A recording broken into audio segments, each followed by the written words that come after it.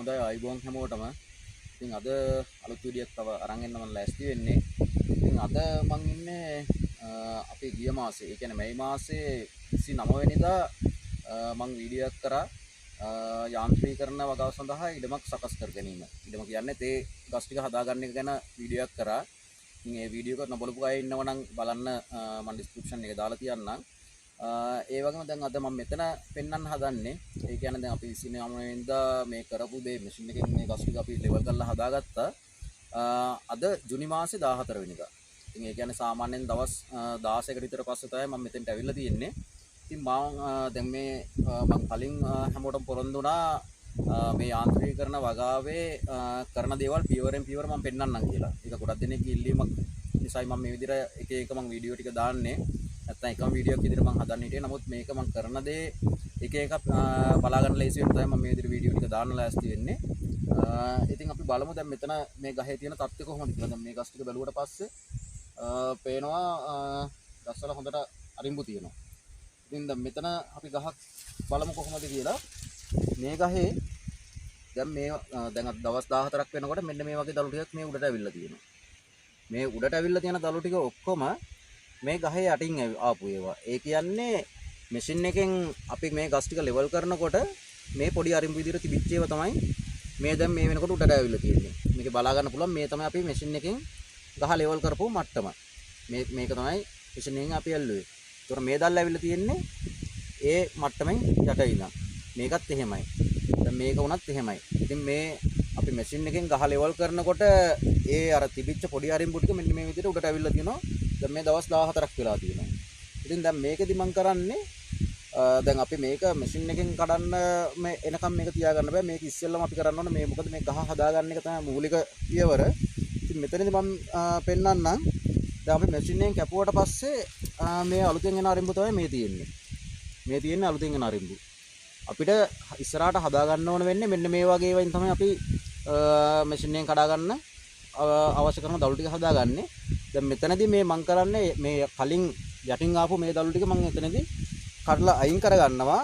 ඒ වගේම හොඳට මතක තියාගන්න ඕන දෙයක් තමයි මෙතනදී මේ ගස්වල තියෙන වංගි කොළ මේ ගහේ මේ දළු තලයේ යටින් තියෙන වංගි කොළත් පුළුවන් නම් සුද්ධ කරගන්න. මොකද අපිට හැමතිස්සම අවශ්‍ය වෙන්නේ ගහේ දළු එන ස්ථාන වැඩි කරගන්න. මම ඊට කලින් කියලා තියෙනවා සාමාන්‍යයෙන් අපි අතින් කඩනකොට නම් ගහේ තියෙන පරණ වංගි කොළ අයින් කරන්න කියලා. ඉතින් මම ඒවත් එක්කම පෙන්නන්නම් මෙතනදී මොකද්ද කරන්න කියලා. හොඳයි දැන් මම කරන්නේ මේ දළු කඩාගන්නේ ඒවත් අර ගහේ අපි අර මැෂින් එකෙන් අල්ලපු මට්ටමට වඩා පොඩ්ඩක් යටින් නැත්නම් ඒ මට්ටමටම වගේ හිටින්න තමයි මම මේ ටික කඩාගන්නේ. මොකද මේක අපි උඩින් කැඩුවත් ඊට පස්සේ ආපහු මැෂින් එකෙන් දළු කඩද්දි අනිවාර්යෙන් මේවා නටු විදියට එන්න බලනවා.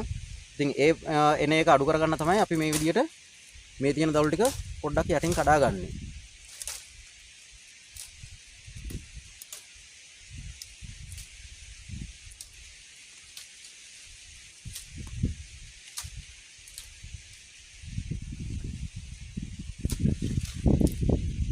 ඒ වගේම පෙන්නන්නම් මේ තියෙන වංගි කොළ. දැන් මේ තියෙන වංගි කොළ. ඉතින් අපි මේවා මෙහෙම තියලා තිබ්බොත් එහෙම මේක මැෂින් එකට අහු වෙන්නේ නැහැ. මම මෙන්න මේවා තමයි කිව්වේ ඉස්සෙල්ලම. මොකද මේ වගේ අපිට මේ වගේ වංගි කොළ තියෙනකොට අපිට පේනවා මේක ගහේ උඩින් දළු කඩනකොට පේන ටික. නමුත් මැෂින් එකට මේක අහු වෙන්නේ නැහැ. මොකද මේ ගහේ මට්ටමත් එක්කම වගේ තියෙන්නේ. අපි මැෂින් එක මේ මට්ටමටම නෙමෙයි අල්ලන්නේ ඊට වඩා පොඩ්ඩක් උඩින් අල්ලන්නේ. ඒ නිසා දැන් මේ තියෙන වංගි කොළ උනත් මේ අවස්ථාවේදී සුද්ධ කරගන්න ඕන. ඉතින් ඒකෙදි අපි බලාපොරොත්තු වෙන්නේ අපේ ගහේ දළු ගන්න තියෙන ස්ථාන ප්‍රමාණය වැඩි කරගන්න එක. දැන් මෙතන තියෙනවා මේ අතින් දළු කඩද්දි ඉතුරු වෙච්ච වංගි කොලයක් තියෙන්නේ. ඉතින් මෙතන මේ වලක් වගේ තියෙන්නේ මේ වංගි කොලේ නිසා. ඉතින් මේ ගහ පුරව ගන්න ඕන නිසා අපි මේක වුණත් අයින් කරගන්න ඕන. මේ වගේ දැන් මෙතන ගහේ දළු එකම තලයකට තියෙන නිසා ගහ ආසේ තියෙන වංගි කොල අපිට හොඳට පේනවා. ගහේ වලක් වගේ තියෙනවා නම් අනිවාර්යෙන් ඒ යටින් වංගි කොලයක් තියෙනවා කියන එක හොඳට මතක තියාගන්න. ඉතින් මෙතනදී මෙන්න මේ විදියට මේ තියෙන දළු ටික මම කඩාගත්තා. දැන් අපිට මැෂින් එකට අවශ්‍ය වෙන්නේ මෙන්න මේ දළු ටික තමයි. මේ විදිහට ඊට පස්සේ මේ අනිත් තැන් වලින් දළු අලුතෙන් එනවා. මෙතන බලන්න දැන් මම කලින් වීඩියෝ එකේදී මම පෙන්නුවා පුළුවන් තරම් කොළපාට නටුවට තමයි මේ මැෂින් එකේ මට්ටම හදා ගන්න ඕනේ කියලා. ඉතින් එතකොට අතින් කැඩුවා හා සමානයි මේ විදිහට මේ අරිඹු අල්ලලා තියෙන්නේ. දැන් දවස් 14ක් යනකොට මේ තත්ත්වේ අරිඹු තියෙනවා. ඉතින් මම මෙතනදී පෙන්නන්නම් මේ තියෙන්නේ දුඹුරු පාට නටුවට කැපුණු ස්ථානයක්. ඉතින් මෙතනදී මේ පොඩි අරිඹුවක් මේ ඇවිල්ලා තියෙන යන්තම් මේ බලා ගන්න පුළුවන්. මේ වගේ මේ තාම ඒ කියන්නේ දුමුරු පාට නටුවට කැපුණොත් එහෙම මැෂින් එකෙන් මට්ටම් හදාගනිද්දී ඒ තැන් වලින් දළු වෙන්න යන කාලය වැඩි. ඉතින් ඒ නිසා මම කියන්නේ පුළුවන් තරම් කොළ පාට නටු තියෙන මට්ටමට කපා ගන්න කියලා. දැන් මෙතනවත් මේ තියෙන්නේ මේ මැෂින් එකෙන් අල්ලද්දී කොළ පාට නටුවට කපපු ස්ථානයක්. දැන් මේ තියෙන්නේ ඒ වගේ තැන්. මේ තියෙන්නේ ඒ වගේ තැන්. ඉතින් මේ වගේ දළු ගොඩක් අපි මේක පුරව ගන්න හදා ගන්න ඕන. එතනදී අපි අර මූලිකව කරන්න ඕන දෙයක් තමයි මෙන්න මේ විදිහට සාමාන්‍ය දවස් 14ක් 15ක් යනකොට මේ වගේ අර කලින් ඉතුරුව තිබිලා ඊට පස්සේ උඩට එන දළු ටික අපි කඩා ගන්න ඕන අතින්. මේක හැමදාම කරන්න ඕන දෙයක් නෙවෙයි. අපිට මේ පළවෙනි මාසෙදි මේක කරන්න වෙච්ච දෙයක්. මොකද මේ ගහ යට තිබිච්ච අරිඹු ටික තමයි මේ උඩට ඇවිල්ලා තියෙන්නේ. ඉතින් අපි ඒ ටික මේ වෙලාවේ කඩලා අයින් කරගන්නවා. මේක මැෂින් එක දාන්න නැත්නම් කියලා කවුරු හරි ඇහුවොත් එහෙම මම කියන්නේ දැන් අපි මැෂින් එක දාන්න ගියොත් මේ අපිට අනාගතේ ගන්න තියෙන මේ පොඩි අරිඹු ටික කැපිලා යනවා. ඉතින් අපි හදාගන්නේ ගහේ දළු පරම්පරා දෙකක් තමයි ගහේ ඉතුරු වෙන්න ඕන. ඉතින් ඒ තත්ත්වයට ගේන්න තමයි මේ විදිහට අපි මේක පළවෙනි අවස්ථාවේදී මෙන්න මේ විදිහට මේ අර වැඩිපුර ඇවිල්ලා තියෙන දළු ටික අපි කඩා ගන්නවා. දැන් මෙතෙන්දී මැෂින් එක පාවිච්චි කරන්න අවශ්‍ය වෙන්නේ නැහැ. කවුරු හරි දළු කඩන කෙනෙක් ලවා මේ දළු ටික කඩා ගන්න පුළුවන්. මේක දළු වලට ගන්න පුළුවන්. ඉතින් ඒකදී ප්‍රශ්නයක් වෙන්නේ නැහැ. අත්තමක් වැඩිපුර යන්නේ නැහැ අපිට. ඉතින් ඒ වගේම මතක තියාගන්න මේ ගහ ආස්සේ තියෙන මේ වංගි කොලත් මේ වගේ වෙලාවකදීම සුද්ධ කරගන්න. මොකද මේ දැන් මෙහෙම බලනකොට ගහේ උඩින් කොළ වැඩිපුර වැටිලා නැහැ. එතකොට පේනවා මේ ගහේ ගහ ආස්සේ තියෙනවා නම් වලවල් වගේ තියෙන තැන්, වංගි කොළ තියෙන තැන් මේ ඔක්කොම පේනවා. ඉතින් අපි මේ වගේ තැන් වහ ගන්න නම් කරන්න ඕන මේ ගහ ආස්සේ තියෙන වංගි කොළ එකක් දෙයක් හරි පුළුවන් විදිහට සුද්ධ කරගන්න.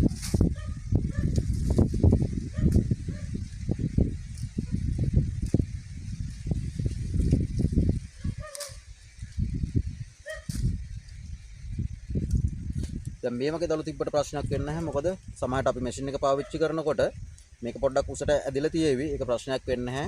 මොකද ඒ වගේ එකක් දෙකක් තිබ්බට ප්‍රශ්නයක් වෙන්නේ නැහැ. මම ඉස්සරහට පෙන්නන්නම් ඒ ගැන.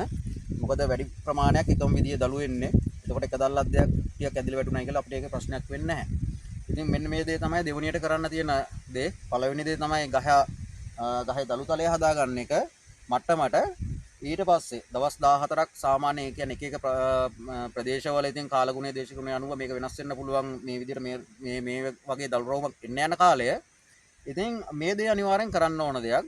මේක කරොත් මේකේ ප්‍රතිඵලත් ඉස්සරහට කොහොමද කියලා බලා ගන්න පුළුවන්. මම මේ හැමදේම කරන්නේ හැමදේම වීඩියෝ එකක් මම මේ දාන්නේ මේ විදිහට මම කරන හැමදේම මොකද මේකට අලුතෙන් ඉදිරිපත් වෙන අය. ඒ කියන්නේ මැෂින් වලින් දළු කඩන්න අවශ්‍යයි මට ගොඩක් කතා කරා.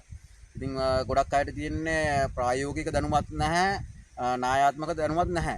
ඉතින් මම බලන්නේ මෙතනදී පුළුවන් තරම් මම දන්න දේ ප්‍රායෝගිකව මම සාර්ථක කරගත්ත දේ ඕගොල්ලොන්ට මෙතනදී පෙන්වන්න. ඉතින් මේකදී එක එක තර්ක තියෙන්න පුළුවන් මෙහෙම කරොත් ඔහොම හරියනවද එහෙම කියලා. නමුත් මම මේ කරන හැමදේම දැන් ඊළඟ වීඩියෝ එකදී පෙන්වන්නම් මම අද මේ කරපු දේ ප්‍රතිඵලය මොකක්ද කියන එක පෙන්වන්න. දැන් ඉස්සෙල්ලා කිව්වා වගේ කොළපාට නටුවට කපන්න එකේ ප්‍රතිඵලය මම දැන් දැනටම පෙන්නලා තියෙනවා. මම මේ කරන දේ ප්‍රතිඵලය කොහොමද කියලා ඕගොල්ලන්ට බලා ගන්න පුළුවන් ඊළඟ වීඩියෝ එකේදී. බොහොම ඉක්මනට ඊළඟට කරන්න තියෙන දේ වීඩියෝ එක දාන්නම්. තව තියෙනවා ඒ කියන්නේ ඒ කරන හැමදේම පියවරෙන් පියවර වීඩියෝ එකක් විදියට මම මගේ channel එකේ දාලා තියෙනවා. ඉතින් මොනවා හරි ප්‍රශ්නයක් තියෙනවා නම් මට කතා කරන්න. මම දන්න දේ මම කියලා දෙන්නම්. මට ගොඩක් අය කතා කරා, ගොඩක් අය කමෙන්ට් කරලා තිබ්බා. ඉතින් ඒ වගේ තව ඒ කියන්නේ ඉල්ලීම් අනුව කරන්න තියෙන වීඩියෝ ටිකත් මම එක එක දාන්නම්. ඒ හැමදේම පිළිවෙලකට කරන්න ඕන හින්දා තමයි මගේ වීඩියෝ සාමාන්‍යයෙන් දාන්න පරක්කු වෙන්නේ. නමුත් මම කරන දේ කෙනෙක් ඒ කියන්නේ මගෙන් ඉල්ලීමක් කරනවා නම් මෙන්න මේ වගේ වීඩියෝ එකක් කරන්න කියලා ඒක මට පුළුවන් උපරිම සාධාරණ විදියට වීඩියෝ එක කරනවා. මොකද මම දන්න හැමදේම කියලා දෙන්න තමයි මම උත්සාහ කරන්නේ. ඉතින් පොතක් මොකක්වත් බලාගෙන නෙමෙයි මම මේ කරන්නේ. ඉතින් මම හැමදේම මතක තියාගෙන කියන්නේ. සමහරවිට මොනවා හරි අමතක වෙන දේවල් තියෙන්න පුළුවන්. ඉතින් මට අමතක වෙන දේවල් ඕගොල්ලන්ට ගැටලුවක් විදියට හිතට එන්න පුළුවන්. ඉතින් එහෙම මොනවා හරි තියෙනවා නම් කමෙන්ට් එකක් දාන්න. නැත්නම් මට කෝල් එකක් දෙන්න. ඒ වගේම මේ අවස්ථාවේ තව දෙයක් කියන්න ඕන. මගේ channel එකේ subscribe 1500ක් පහ වුණා. ඉතින් මාව subscribe කරපු අයටත් ගොඩක් ස්තුතියි. ඒ වගේම ගොඩක් අය මට කෝල් කරා, ගොඩක් අය කමෙන්ට් කරලා තිබ්බා.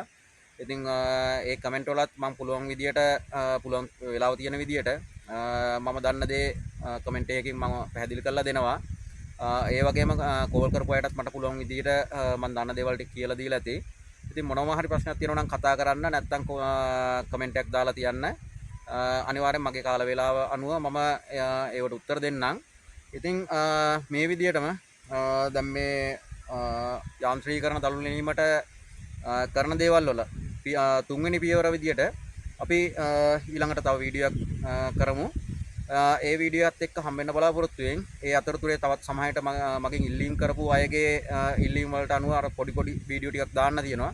ඉතින් ඒ වීඩියෝ ටිකත් මේ අතරතුරේදී දාන්න බලාපොරොත්තුවකින් ඉතින් හැමෝටම බොහොම ස්තුතියි. නැවත හමු වෙමු.